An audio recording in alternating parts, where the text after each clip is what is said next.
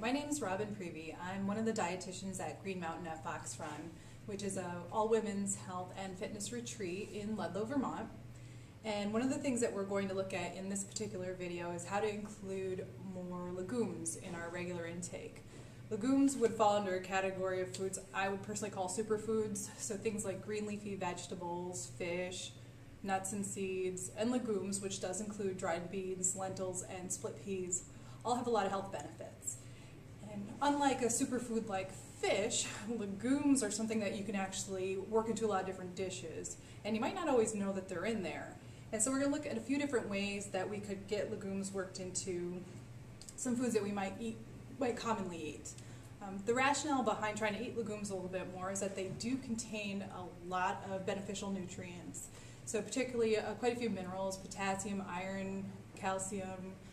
They're quite good for a lot of the B vitamins, also a great source of fiber, good source of protein, high in antioxidants, phytochemicals, and so as a result, legumes tend to help lower our risk for certain things like cardiovascular disease. They may help with blood sugar management, may also play a role in weight management, and potentially help reduce our risk for certain types of cancer. So good reasons to eat legumes a little bit more often. And luckily they are very user-friendly. You can work them into a lot of different dishes. And so some of the typical things that people may use legumes for, we might have at some point in our lives had a bean salad. That's pretty common. So this example is a chickpea salad with a lot of fresh veggies. I also like to use beans in salsa, so using corn, black beans, onion, celery, cucumber, tomato, cilantro, lime juice, using that as to scoop with tortilla chips or something like that.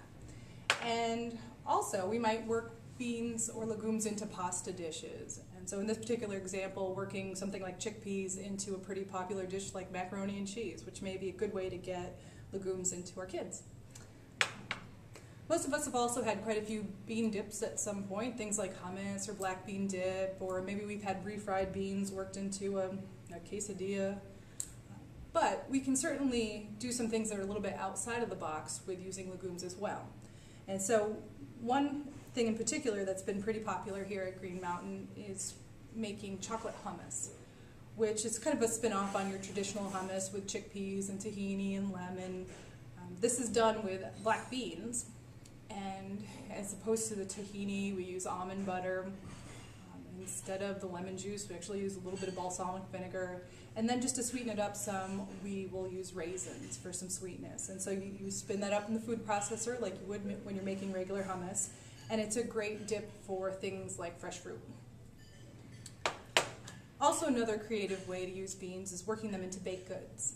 And there are tons of recipes out there using beans in things like muffins, cake. I've made a chocolate cake with lentils in it. I just stumbled upon a recipe with beans getting worked into a cheesecake. So if you're into baking, it's always a good idea to look for recipes that do include legumes already instead of trying to rework existing ones. And then another creative way to use legumes that we might not think of is working them into smoothies or potentially frozen desserts.